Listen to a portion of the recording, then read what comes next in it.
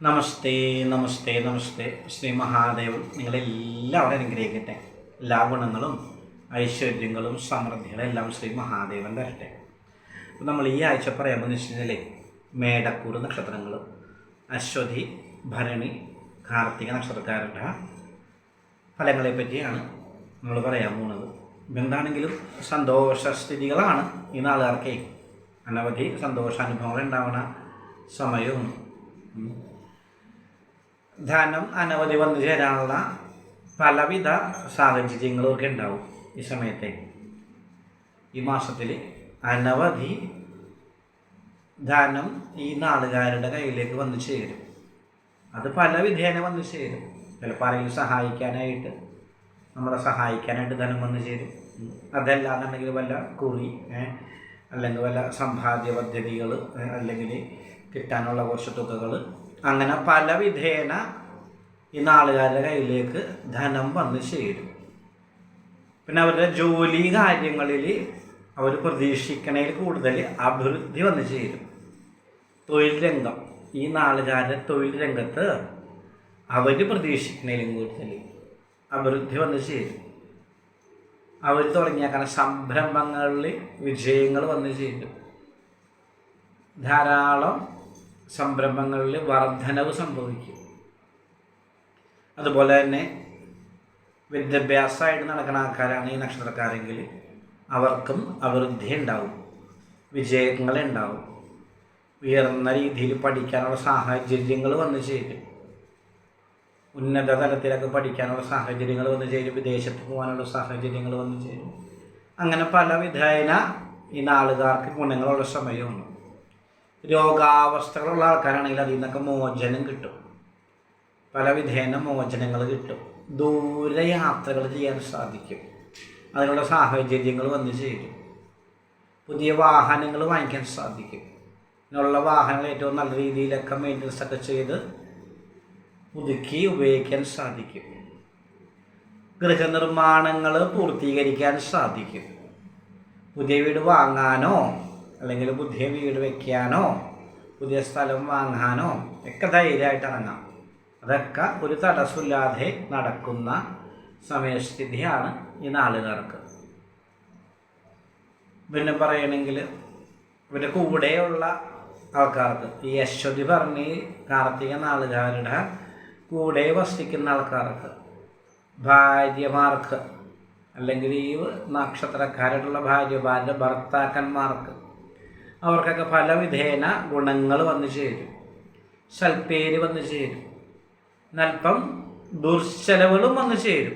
കാരണം ധാരാളം കാശ് വരുമ്പോൾ അനവധി ദുർച്ചെലവുകളും വന്നു ചേരും. അപ്പോൾ അങ്ങനെ കുറച്ച് ദുർച്ചെലവുകൾ വന്നു ചേരാനുള്ള സാധ്യത കൂടിയുണ്ട്. എന്നാൽ ദൈവകാര്യങ്ങൾക്ക് പണം ചെലവഴിക്കുന്ന സാഹചര്യങ്ങൾ വരും. ക്ഷേത്രകാര്യങ്ങൾക്ക്, ദൈവകാര്യങ്ങൾക്ക്, ദേവാലയങ്ങളിലൊക്കെ ധനം കൊടുക്കാനുള്ള മനസ്സ്, അല്ലെങ്കിൽ ഏതെങ്കിലും രീതിയിലൊക്കെ സാമ്പത്തികം മുടക്കി എന്തെങ്കിലും പ്രവർത്തിക്കാനുള്ള മനസ്സൊക്കെ വന്ന് ചേരും ഈ നാളുകാർക്ക്. അങ്ങനൊരവസ്ഥയുണ്ട്. പ്രതീക്ഷിക്കാതെ, ഒട്ടും പ്രതീക്ഷിക്കാതെ പല വിധത്തിലുള്ള യാത്രകൾ കിട്ടും. ആരെങ്കിലുമൊക്കെ ഇപ്പോൾ എവിടെയെങ്കിലും സഞ്ചരിക്കാനുള്ള അതൊന്നും കൈ മുടക്ക് അല്ലെങ്കിൽ കാശ് മുതലാക്കി, അല്ലെങ്കിൽ കാശ് മുടക്കിയല്ല, അതല്ലാതെ നമ്മൾക്ക് ഒരു രൂപ പോലും ചിലവാവാതെ നമുക്ക് ദൂരയാത്രകൾ ചെയ്യാനും നമ്മളുടെ ചില ഭാഗ്യാനുഭവങ്ങളിലൊക്കെ എത്തിച്ചേരാനൊക്കെ സാധിക്കും. അങ്ങനെ ചില ഭാഗ്യാനുഭവങ്ങളുണ്ട്.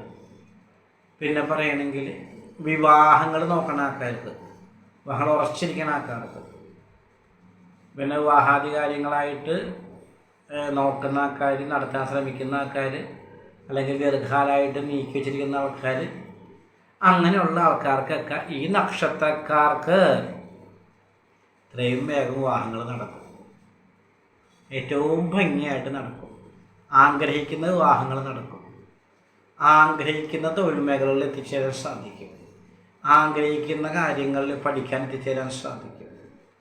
ചില ആഗ്രഹങ്ങൾ, യാത്ര, അങ്ങനെയുള്ള കാര്യങ്ങളൊക്കെ നടക്കും.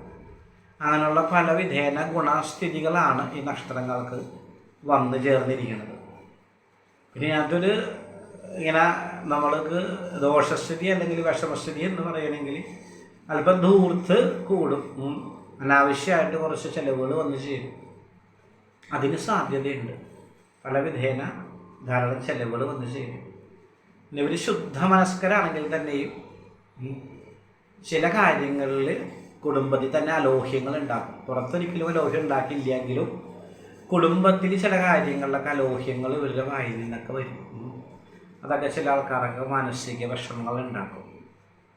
അതൊരു ഭാഗം. സ്വർണ്ണാഭരണങ്ങൾ വാങ്ങിക്കാനും അല്ലെങ്കിൽ എന്തെങ്കിലും ഉരുപ്പടികൾ പണയം വെച്ചിട്ടുണ്ടെങ്കിൽ അതൊക്കെ എടുപ്പിക്കാനും അതൊക്കെ ഉപയോഗിക്കാനൊക്കെ ഉള്ള ഒരു സന്ദർഭവും സമയമൊക്കെ വന്നു ചേരും. അങ്ങനെയുള്ള സമയമാണ് ഈ നടക്കുന്നത്. പിന്നെ പറയണമെങ്കിൽ പുതിയ സംരംഭങ്ങൾ തുടങ്ങാൻ ഏറ്റവും നല്ല സമയമാണ്. പുതിയ തൊഴിൽ മേഖല നോക്കാൻ ഏറ്റവും നല്ല സമയമാണ്. ഇതൊക്കെ തുടങ്ങിക്കഴിഞ്ഞാലും തൊഴിലിലേക്ക് ഇറങ്ങിക്കഴിഞ്ഞാലൊക്കെ നമ്മൾ പ്രതീക്ഷിക്കണേലും കൂടുതൽ അഭിവൃദ്ധി ഉണ്ടാവും. ഗുണങ്ങൾ വന്ന് ചേരും, ഒരു സംശയമില്ല. അപ്പം അങ്ങനെ ഈ നാളുകാരുടെ കാര്യങ്ങൾ പറയുകയാണെങ്കിൽ ഭൂരിഭാഗവും ഇവർക്ക് ഗുണസ്ഥിതിയാണ്. നല്ല ഗുണങ്ങളും ഐശ്വര്യങ്ങളും സമൃദ്ധികളൊക്കെ വരുന്ന സമയമാണ്. അപ്പോൾ അത് നമ്മൾ വേണ്ട രീതിയിൽ ഉപയോഗിക്കുക എന്നുള്ളതാണ് നമ്മളുടെ ഈ സന്ദർഭം ഏറ്റവും നന്നായിട്ട് നമുക്ക് ഉപയോഗിക്കാം. ഇനി അഥവാ ഈ നാളുകാർക്ക് ഇങ്ങനെയുള്ള ഗുണങ്ങളില്ല എന്നുണ്ടെങ്കിൽ ഈ നാളുകാർക്ക് ധനത്തിന് അഭിവൃദ്ധിയില്ല, ജോലിയിൽ അഭിവൃദ്ധിയില്ല, വ്യവഹാരിക തടസ്സമാണ്, ശാരീരിക ബുദ്ധിമുട്ടുകളുണ്ട്. അങ്ങനെ ഉണ്ടെങ്കിൽ എവിടെയെങ്കിലും അടുത്തുള്ള ഭദ്രകാളി ക്ഷേത്രത്തിൽ പോയിട്ട് ഭഗവതിക്ക് കടുംബായുസം നെയ്വിളക്ക് വഴിപാട് കഴിച്ച് പ്രാർത്ഥിക്കുക. ഭദ്രകാളി ക്ഷേത്രത്തിൽ പോയിട്ട് ഭഗവതിക്ക് കടുംബായുസം നെയ്വിളക്ക് വഴിപാട് കഴിച്ച് പ്രാർത്ഥിക്കാം. അത് വളരെ വിശേഷവും.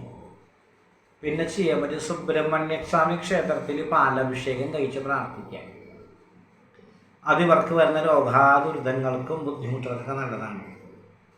ഏതെങ്കിലും രീതിയിൽ എന്തെങ്കിലും ബുദ്ധിമുട്ട് ബാധിക്കുന്നുണ്ടെങ്കിൽ എവിടെയെങ്കിലും അടുത്തുള്ള സുബ്രഹ്മണ്യസ്വാമി ക്ഷേത്രത്തിൽ പോയിട്ട് പാലഭിഷേകം കഴിച്ച് പ്രാർത്ഥിക്കാം. ഇതൊന്നും ചെയ്യാൻ പറ്റിയില്ലെങ്കിൽ അടുത്തുള്ള മഹാദേവ ക്ഷേത്രത്തിൽ പോയിട്ട് മഹാദേവന് കൂവളത്തല കൊണ്ട് ഭാഗ്യസുക്ത മന്ത്രാർച്ചനയും ജലധാരയും കഴിച്ച് പ്രാർത്ഥിക്കാം. അതും ഈ ബുദ്ധിമുട്ടുകൾ മാറാൻ വളരെ വിശേഷവും. ഇങ്ങനെയുള്ള വഴിപാടുകൾ കഴിച്ച് ഈ ദുരിതത്തിൽ നിന്ന് മോചനം കിട്ടണം. ചില ആൾക്കാർക്ക് ദുരിതസ്ഥിതി ഉണ്ടാകുമ്പോൾ അതിൽ നിന്ന് മോചനം കിട്ടണം. എന്താണെങ്കിലും ഈ നാളുകാർക്ക് ഭൂരിഭാഗം നാളുകാർക്കും അവരാഗ്രഹിക്കുന്ന എല്ലാ കാര്യങ്ങളും നടത്തിയെടുക്കാനും ഫലസിദ്ധികളും ധനസമൃദ്ധിയും വിവാഹാധികാരികളുടെ അഭിവൃദ്ധിയും എന്നിങ്ങനെ എല്ലാ കാര്യങ്ങളിലും ഗുണസ്ഥിതിയാണ്.